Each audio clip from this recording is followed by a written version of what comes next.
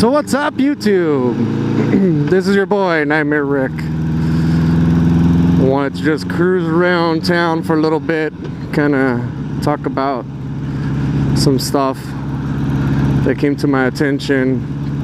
Harassment, man. Specifically on the job harassment. I have a friend of mine that his kid is getting bullied, getting harassed at their workplace. I had a lot to tell him because I've been there. I've experienced it myself. I know exactly what he was talking about, or how that little girl was feeling. And right off the bat, guys, it's not fair. It's a thing that happens, unfortunately. It happens all the time with a lot of people. Like I said, it happened to me. I'll explain a little bit of my situation. And this is me coming from a man, you know, from a male's perspective. I worked for a company. I'm not going to mention the company or the people that were involved, you know, by name anyway.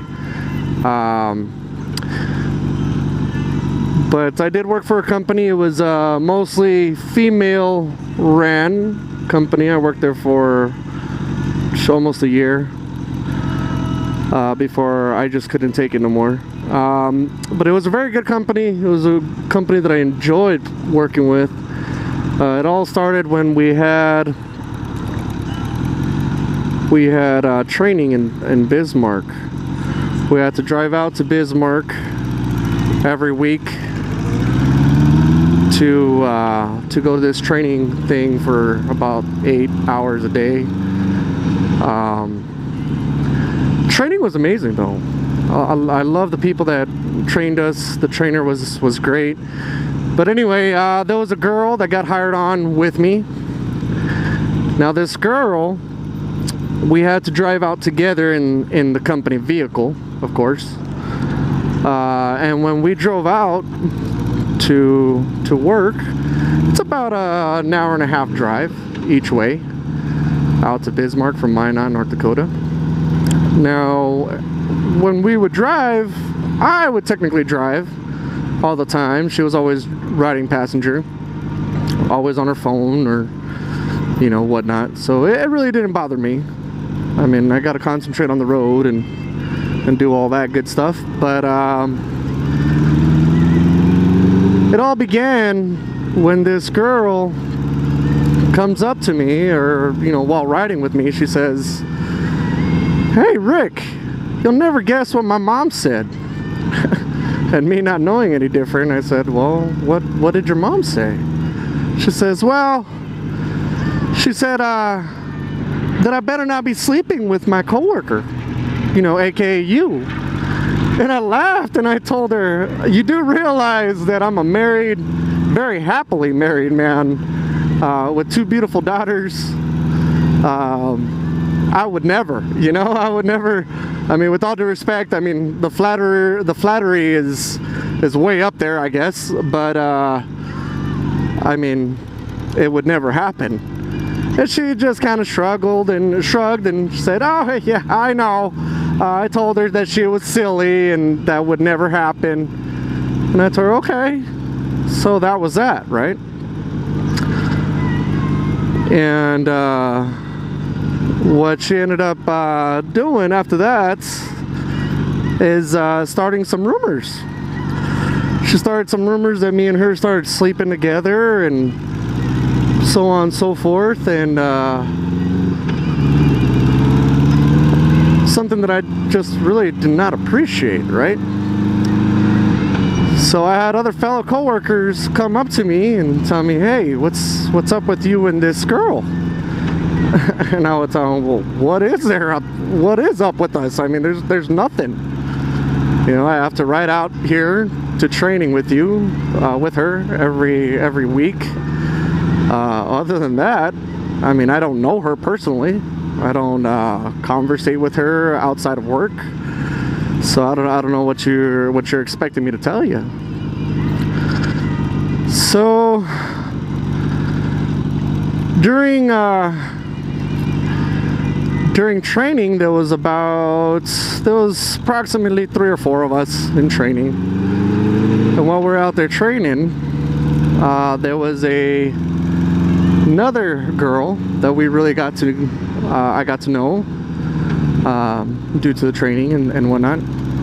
And when we went through all this training, we were sitting inside the classroom one day. The instructor was gone, making copies or something, I don't know.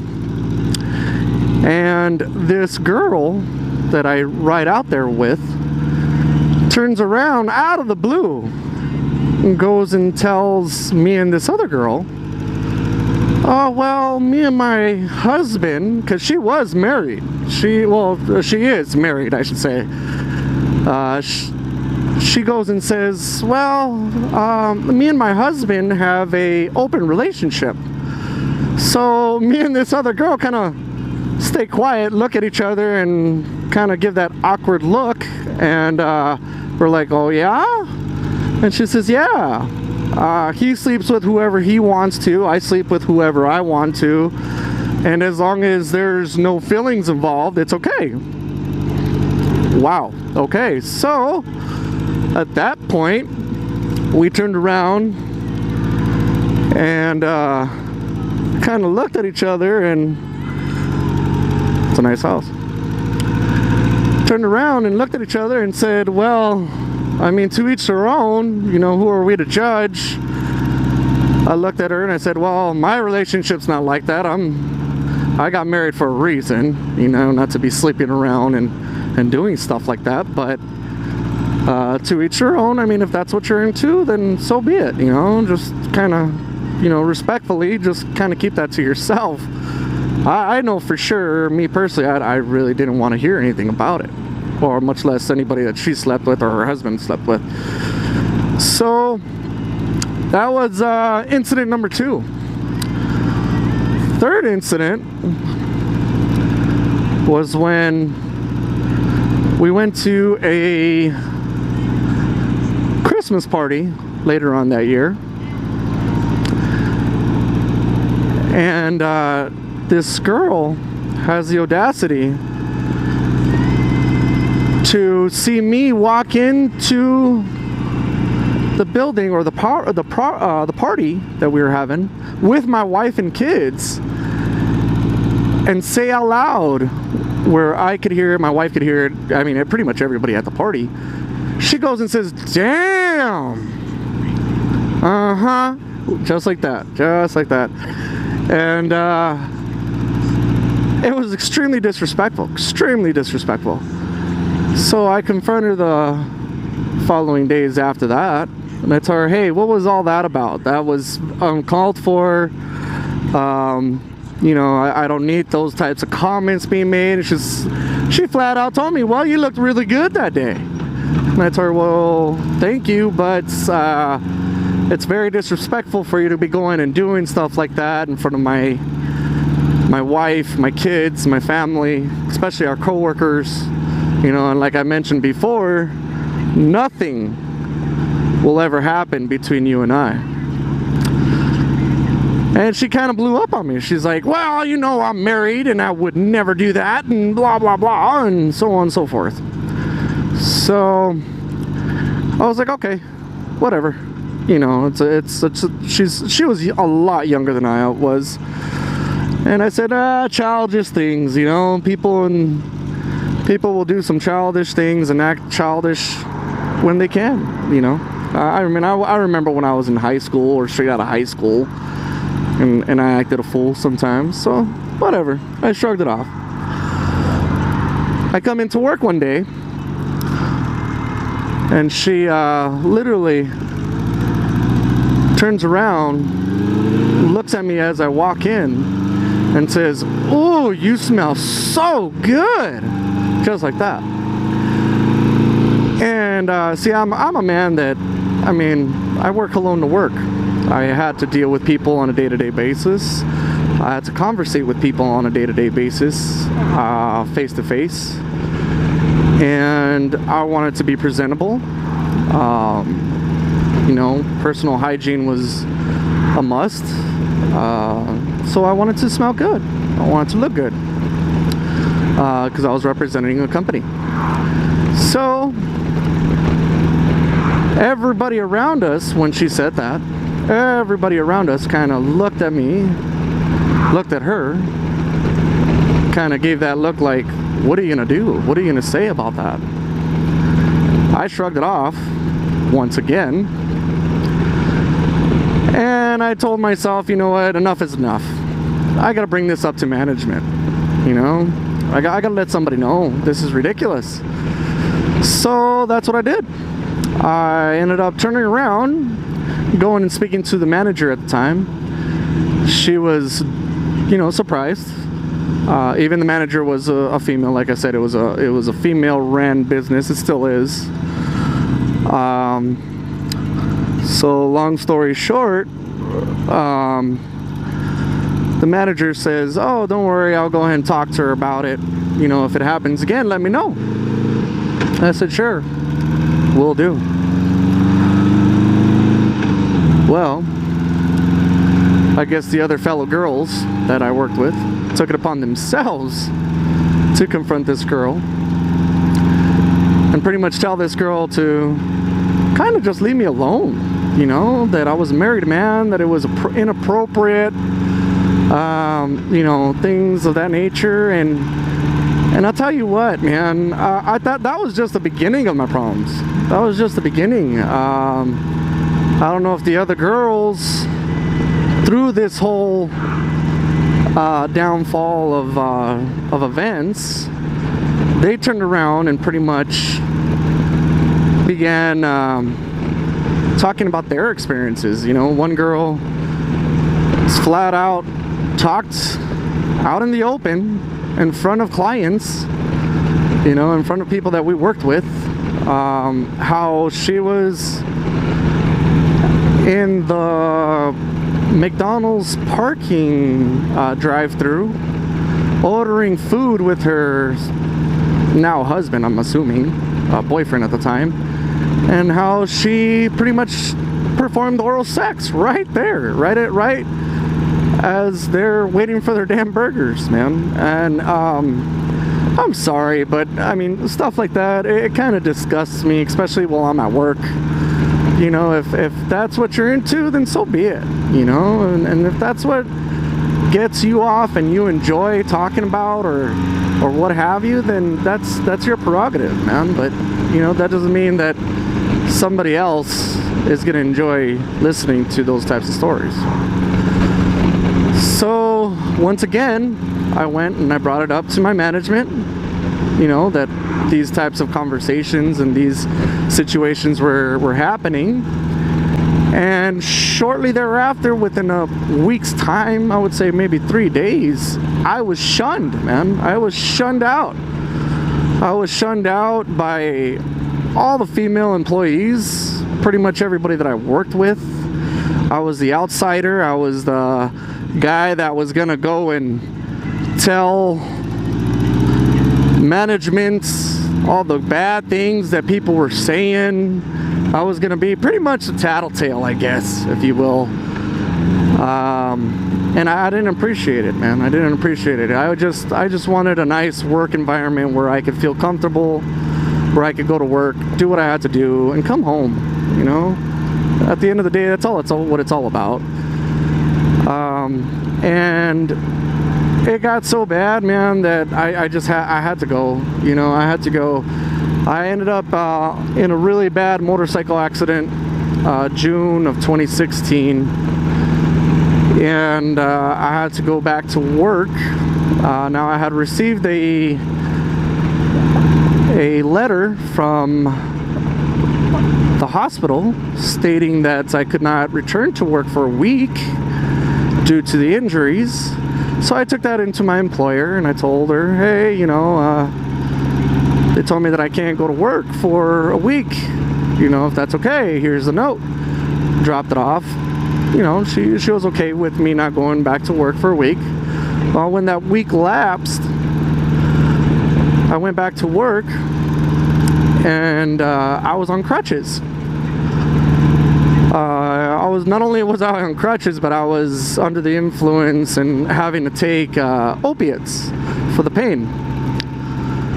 So, mind you, I was dealing with public. I was having to do a public service of medical procedures on clients, on people on a day-to-day basis. I had to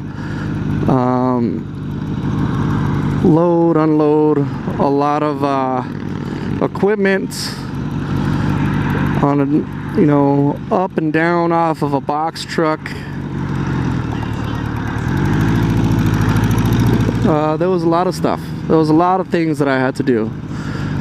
So I pretty much went and told my employer, hey, I don't know how it is that you want me to work today, given the situation, I'm hurt, I'm on crutches, I'm under the influence of opiates all day, because of the pain. Technically, I should not even be dealing with, patients and clients and stuff like that under these conditions. Well, lo and behold, the manager, the new manager at that time, the other one retired, pretty much found different employment, wanted to move on, so she did. Really nice lady. Well, the new girl that took over was a fellow employee of the company where I worked. So it was pretty much an employee that now had moved up the ranks and got to management. So now that she's a manager, here I am, and she knows all this stuff had been going on with me and this prior girl. She knew it all.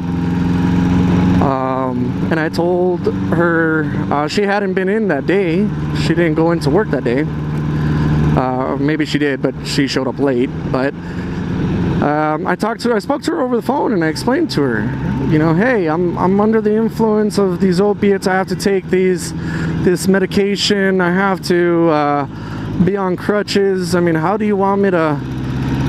would you like me to do my job if I'm working under these situations? And she flat out tells me over the phone, I don't care how you do it, Rick, you gotta be there. You gotta be there, you gotta show up to work. We need you. Okay, so you need me. Well, I'm all loopy in the head, on crutches. 100% not even physically able to do my job. But, okay, sure. Whatever you say, boss. So I show up, she's not there. Everybody else that I work with is there. They see my situation, they see the condition I'm in, and they pretty much tell me, what are you doing here? You should not be here, Rick. I tell them, yeah, I know, right? I mean, look at me. How can I even do my job like this, And at that point, all my fellow employees said, no, man, you gotta call upper management. You gotta call somebody above and let them know, because there's no way that you can be out there working with us like this. I told them, okay, I'll take your advice. So I did. I went and I actually called, our other office, got in contact with another managerial lady, explained the situation, and she said, yeah, Rick, no, there's no reason for you to be there. You get home, you rest, you take care of your injuries, you take care of yourself, and then you come back to work. How are you going to be working after a severe motorcycle accident on crutches, much less under the influence of opiates, do your job with us? And I told her, well, I know, that's the way I looked at it, but in all the reality, our manager doesn't seem to look at it that way. She pretty much told me flat out, no, No, don't worry about her. We'll deal with her. We'll talk to her. You go home. You get some rest. So I did. I left. Now, after speaking with everybody and her and given the whole situation with the harassment and everything else, I told myself, you know what, I can't do this anymore, man. I cannot be that guy that's gonna be putting up with bullshit, you know, and the harassment alone is a huge thing. On top of it, they don't want to give me time off, or at least my manager didn't want to give me time off due to my injuries. I mean, what kind of place is this? You know, what am I doing here? So I went back that same day with a letter of resignation. My fellow employees had left already to do their daily job, and still no manager. Now, granted, mind you, the office that I work for has to be open. We do procedures and we do things for clients there too. And now when I went back, you know, my manager still wasn't there. You know, other employees that were going to be there for the day were, you know, they were there.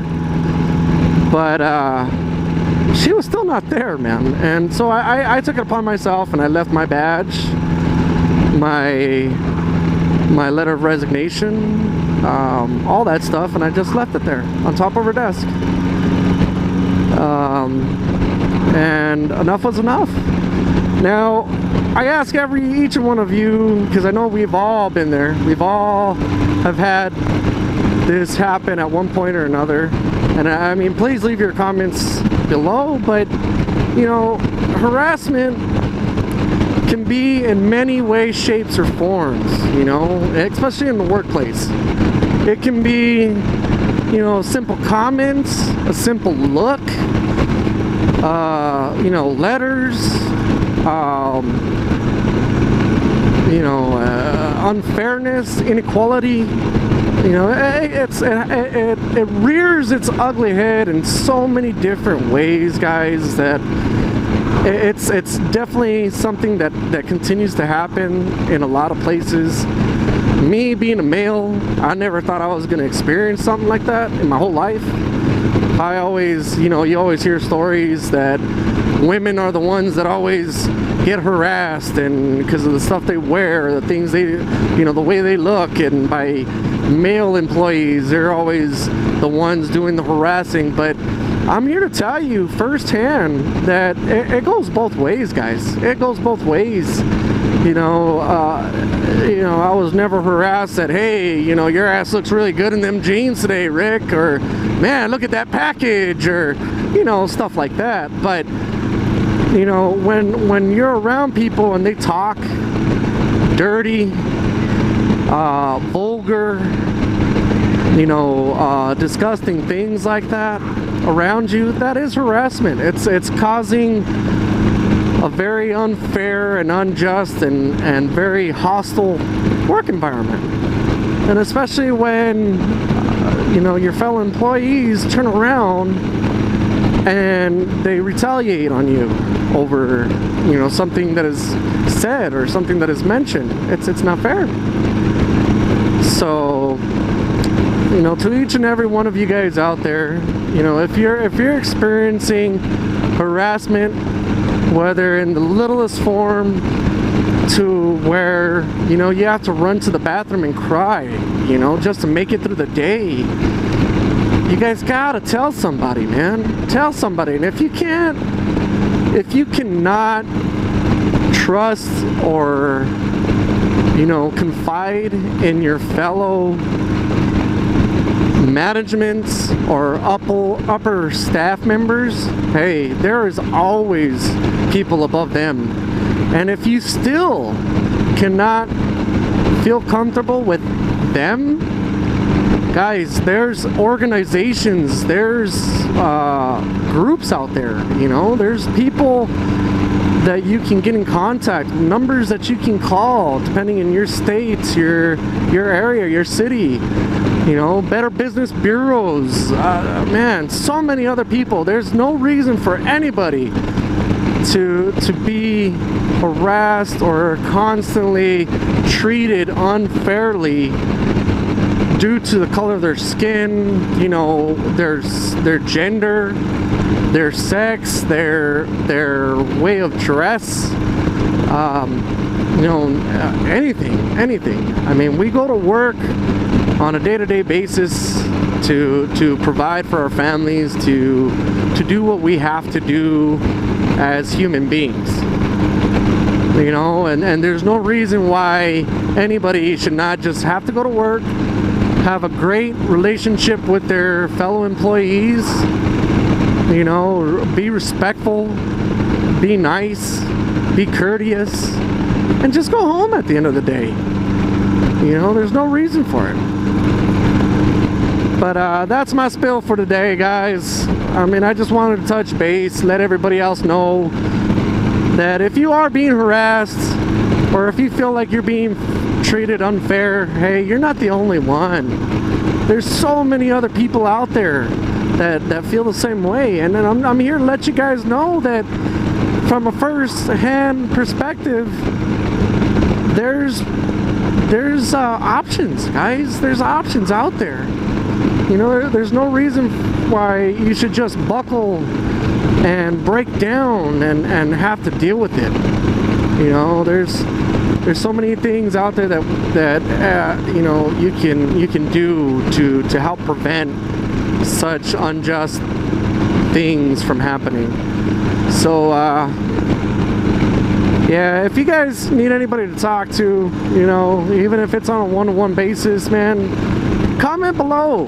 You know, tell me your story. You know, sometimes somebody's story can dramatically help somebody else, especially that one person that feels like they're all alone in this world, or feels like nobody's out there to listen. So, you know, comment, like, share, man. Come on, guys. You know, we're not alone. So that's my spill. I'll catch you guys later. Talk to y'all later. Catch you guys later. Bye.